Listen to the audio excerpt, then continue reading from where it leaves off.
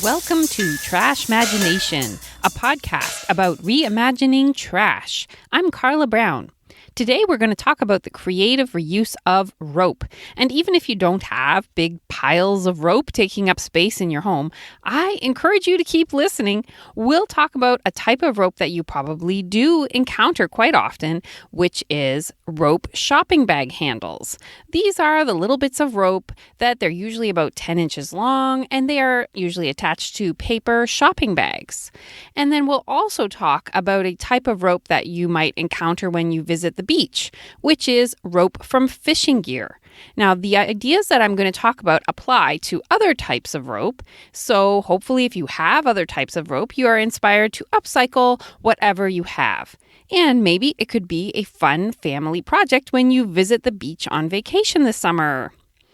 So let's start with shopping bag handles. Well, every Monday it is recycling and trash day on my street, and people put out their paper recycling in paper shopping bags. And some of those bags have handles made from 2 pieces of rope. And the problem is that rope is not paper. And when they leave the rope handles on the paper bag, they are introducing contamination into the recycling. We all know that when there is contamination in recycling, it often gets put in landfill because it's too difficult for the recycling infrastructure to separate out the contamination. So all that effort of separating our recycling goes to waste. In order to do my part, I walk up my street and I remove those handles from the shopping bags. And the shopping bags work perfectly well without the rope handles to bring the paper recycling into the truck.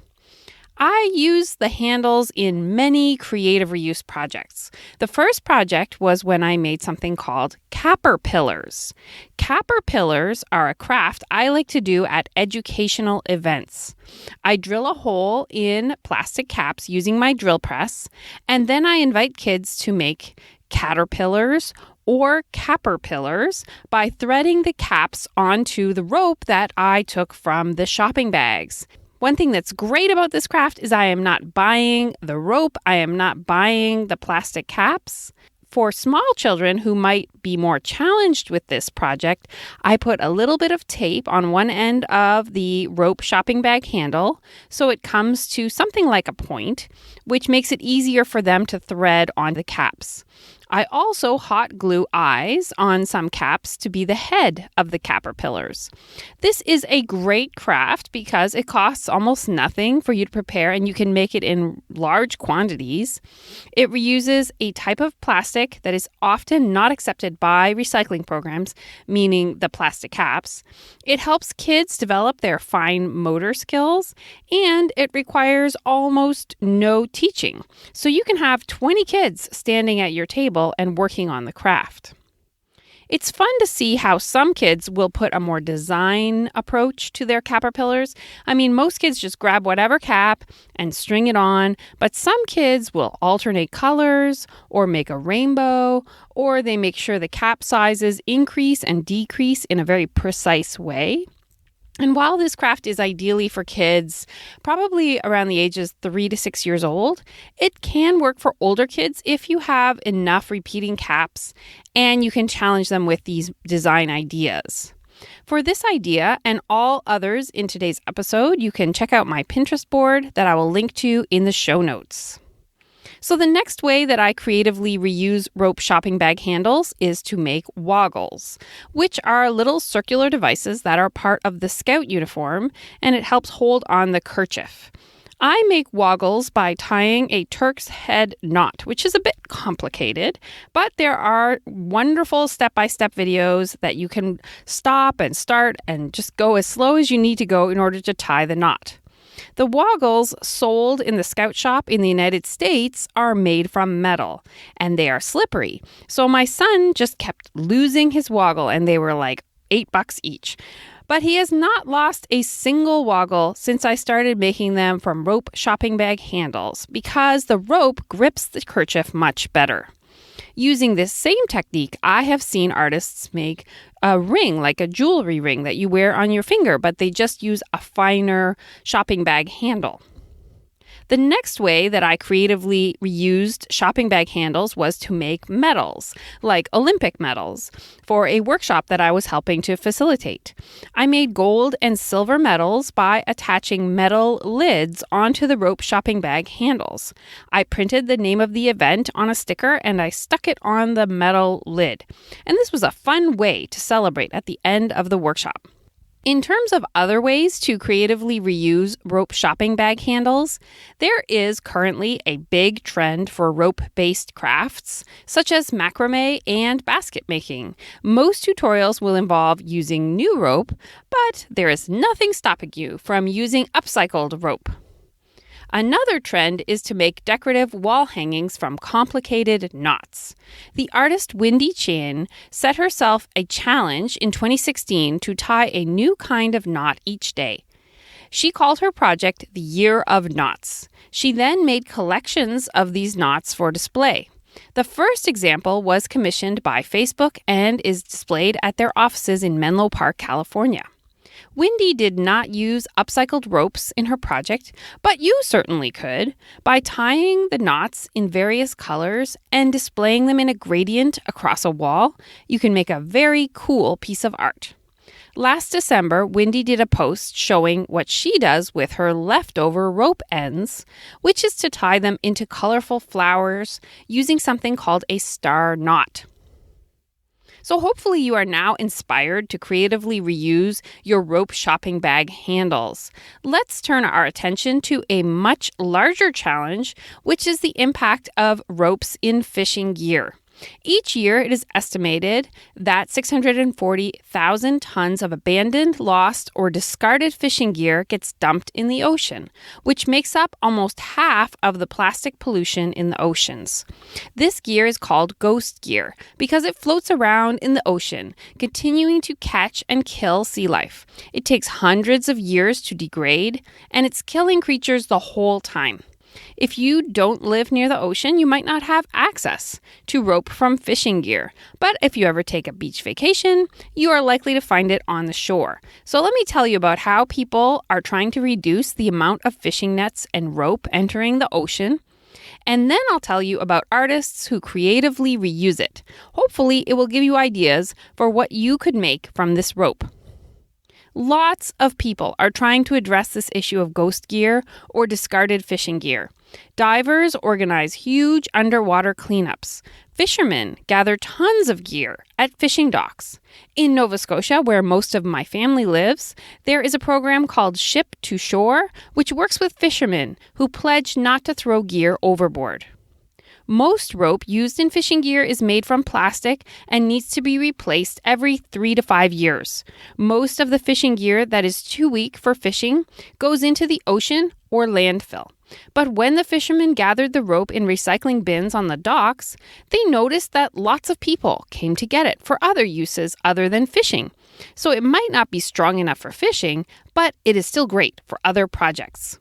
In Europe, many organizations are part of something called the Ghost Gear Initiative. Their goal is to collect the nets and transport them to be reprocessed into nylon yarn. They are processed by a company called Aquafil at their facility in Slovenia. According to Aquafil, 1 ton of nylon nets can create 26,000 socks. The nylon yarn can be used to make swimwear, underwear, carpets, and more. One company that uses this yarn is Swedish Stockings. They make pantyhose or nylons. The company Adidas makes running shoes and sportswear from recycled fishing nets with the brand name Parley. In 2019, Adidas will produce 11 million pairs of shoes containing upcycled marine plastic waste. They also no longer offer plastic bags in their stores, and they have banned single-use plastics from their offices. Another company that makes shoes from recycled fishing nets is called Verdura Shoes, except their products actually look like fishing nets. They are not grinding up the fishing nets and reforming them into new types of plastic. These shoes look like fishing nets shaped into shoes. So check out how they look in the show notes. A few episodes ago, I talked about the creative reuse of skateboards. And one of the companies I mentioned was Burio from Chile. And they make their skateboards from recycled fishing nets. They also work with other designers to make items from recycled fishing nets, such as chairs. Next, I'm going to talk about artists who incorporate recycled fishing gear rope into their work. Many of their pieces require a lifetime of artistic experience, but some might inspire you to make something yourself. There is a group of artists who live on an island north of Australia called Darnley Island. There are not many economic opportunities on Darnley Island, and unfortunately, there is a lot of fishing gear washing up on its beaches. A group of artists started a group called Arub Arts. They travel the world teaching people how to sculpt with fishing ropes to make ocean wildlife like sea turtles. I'll share a video in the show notes that shows how they do it. The technique looks like needle sculpting felt. One of my favorite sculptures is by Lynette Griffiths. It's a huge fishing net covered with 1,005 sardines, all sculpted from upcycled fishing nets. The next artist to check out is Caroline Bond, also known as Kitty Kipper on Instagram. She also makes wildlife sculptures, baskets, and bags from ghost nets and rope. She made a little prawn or shrimp from red fishing rope, and it has so much character. You really have to see it in the show notes. She also gave a TED Talk on marine plastic and connecting with what we put into our shopping bags. If you listened to past Trashmagination episodes, you know I am a big fan of trash fashion. The next two artists made dresses from ghost nets. The first is Linda Thomas. Linda makes many upcycled dress designs that you could wear to a fancy party, but she also did a really fun project to make an incredible ghost net dress. Her dress was made from mostly aqua-colored fishing nets, and the bodice was made from crocheted colorful bits of fishing rope. Maddie Larson from Upcycle Hawaii also designed a trash fashion dress from ghost nets and ropes. She designed it for the annual trash fashion show called Kona Brew Fest. Maddie makes lots of cool items from upcycled fishing ropes and nets. She melts the rope into flat sheets to make nightlights, bookmarks, earrings, cutlery holders, key rings, and bags. You can support her beach cleanups and creative reuse genius by visiting Upcycle Hawaii. We have been following each other on Instagram for a long time, and she is always so supportive of my posts, so I'm happy to talk about her today. Jin Stone sculpts with fishing rope that she hand dyes. She makes flat pieces that are kind of like quilts or mosaics, and she makes animal sculptures with lengths of rope as the fur. Some animals are realistic, while others are mythical. She calls her animal sculptures humane taxidermy. She also attaches the rope to old buoys or driftwood. Jin gets her material from the Cape Cod Commercial Fishermen's Alliance in Chatham, Massachusetts. The next two artists are from New Brunswick, Canada, where I lived during elementary school. Landy Luff and Nikki Lindsay make wreaths from colorful fishing rope scraps. I would love to make one using their designs someday. It looks like a series of fluffy tassels in a circle. You wrap a short length of rope very tightly with thinner, colorful rope and then fluff out the end so it looks like a tassel. This works well with the synthetic ropes used in fishing gear because it holds its form, unlike a tassel made from a softer rope. You can check out their designs in the show notes. If you have a nice long piece of rope to upcycle, you could make a doormat. Many companies make these doormats from recycled fishing ropes, especially in Maine, where they're made with lobster ropes. These mats tend to be woven in the shape of a rectangle, or sometimes they are tied in a big flat knot called a nautical rope rug or ocean plait mat. These can be made with fishing ropes, but also they can be made from climbing ropes for a softer mat. I'll share a video tutorial that recommends starting with about 45 feet of half-inch line. Thank you for listening. Please let me know about anything you have made from upcycled rope at trashmagination@gmail.com.